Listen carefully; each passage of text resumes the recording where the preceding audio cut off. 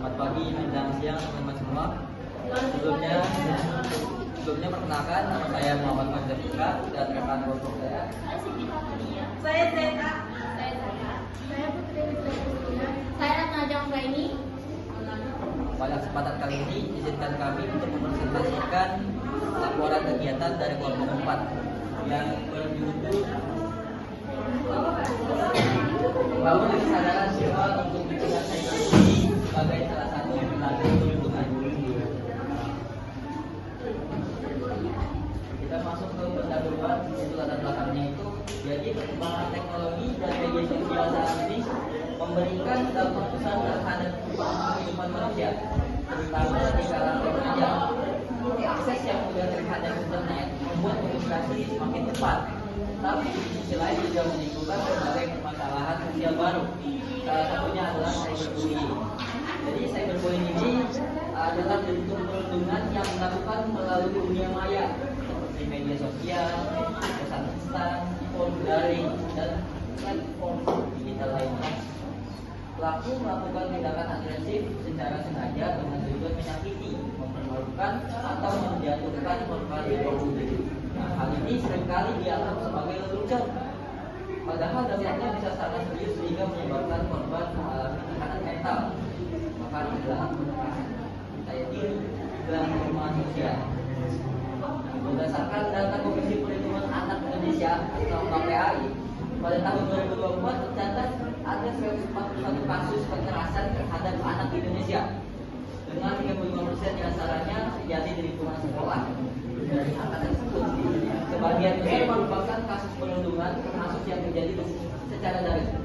Fenomena ini tentu menjadi perhatian serius karena dampaknya bukan hanya terhadap korban, tapi juga terhadap lingkungan sosial secara keseluruhan.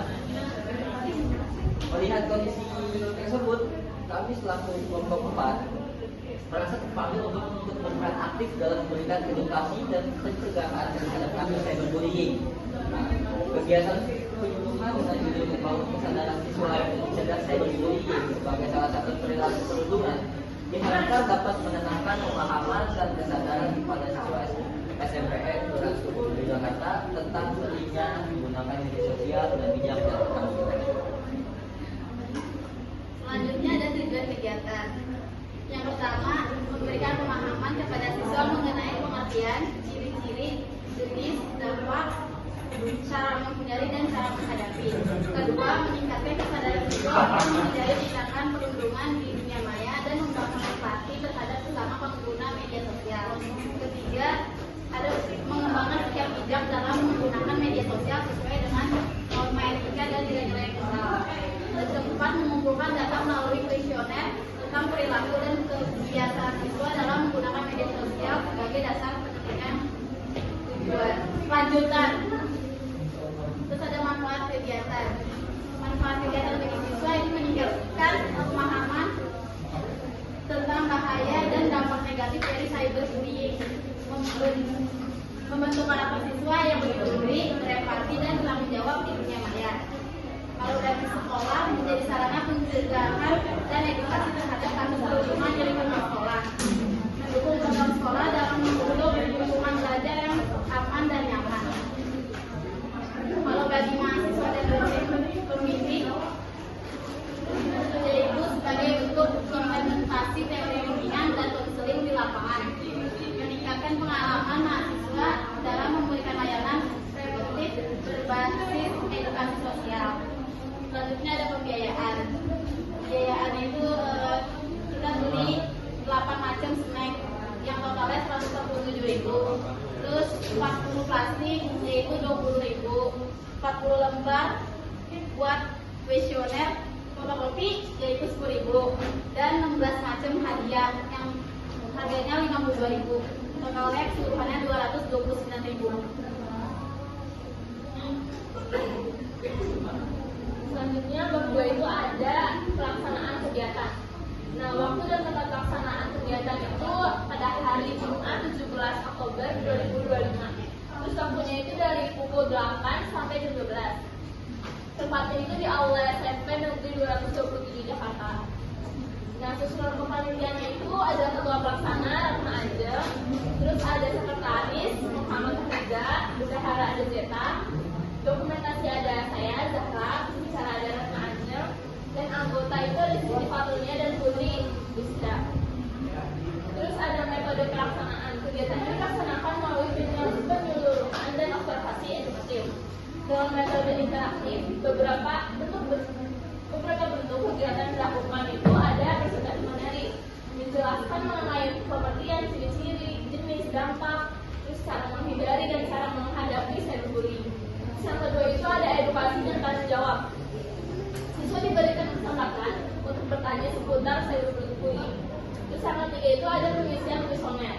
Setelah kegiatan, siswa mengisi kuesioner untuk menilai tingkat pemahaman dan kesadaran mereka terhadap isu cyberbullying. Terus ada jadwal kegiatan. Tahap waktu kegiatan lokasi observasi awal 2 Oktober 2025 bisa tentang perilaku cyberbullying di kalangan remaja. Persiapan dan 2 sampai 6 Oktober.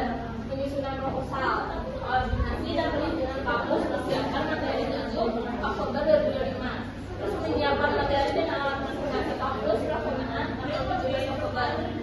Terus seminar dan sosialisasi di sekolah SMP 2027 evaluasi Oktober 2025. Analisis hasil angket dan penyusunan laporan kampus.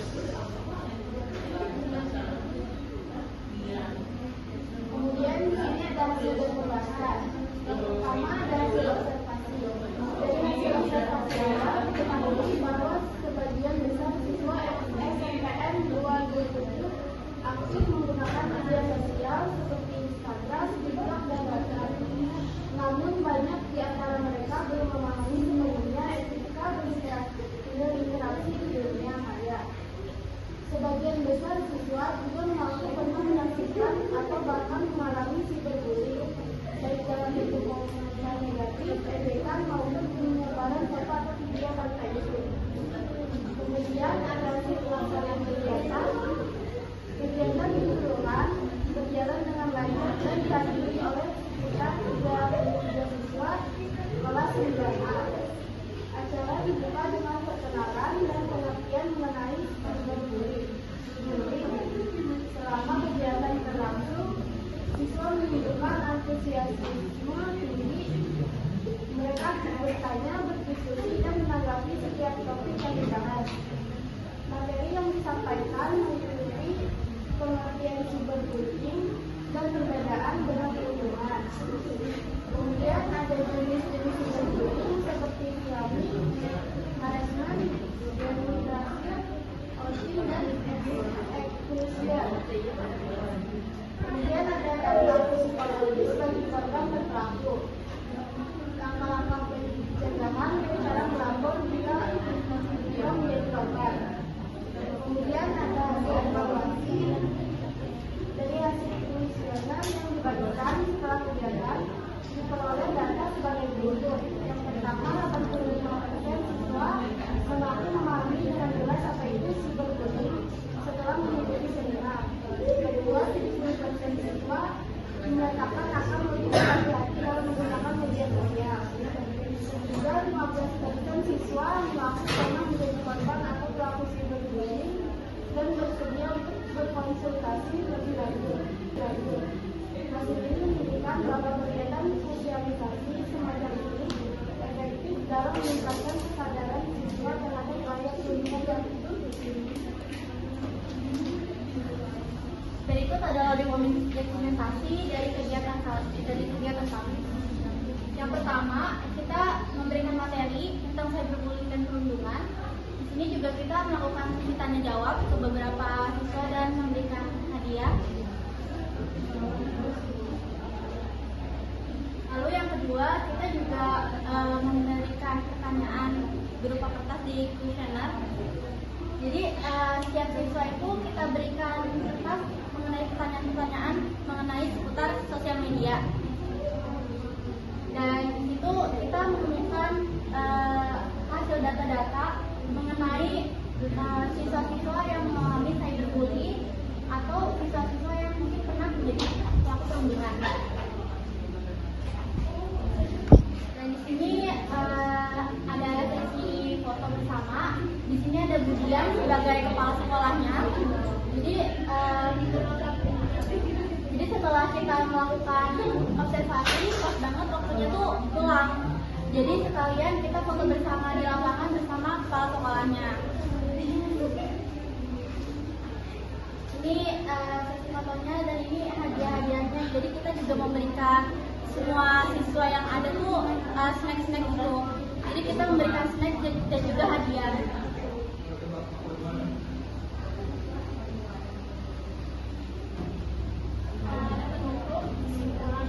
Kegiatan membangun kesadaran siswa untuk mencegah perilaku bullying biasanya berbuat dulu yang akan berjalan sukses dan sesuai dengan rencana. Siswa memperoleh wawasan baru tentang bullying, proses komunikasi digital, serta memahami dampak yang ditimbulkan dari tindakan cyberbullying. Selain memberikan manfaat edukatif bagi siswa, kegiatan ini juga memberi pengalaman bagi para siswa dalam menerapkan teori dan konsepsi dalam praktiknya di lapangan.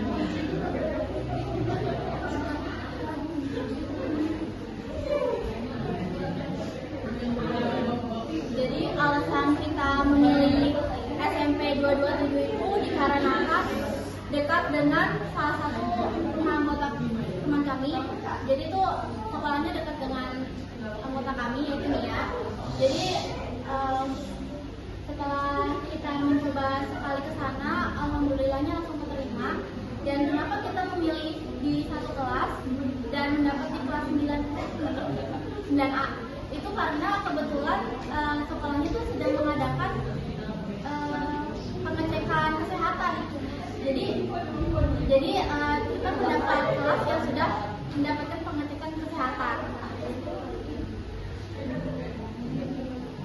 Ya, mungkin sekian dari pemaparan yang dapat disampaikan. Kurang lebihnya mohon maaf. Assalamualaikum warahmatullahi wabarakatuh.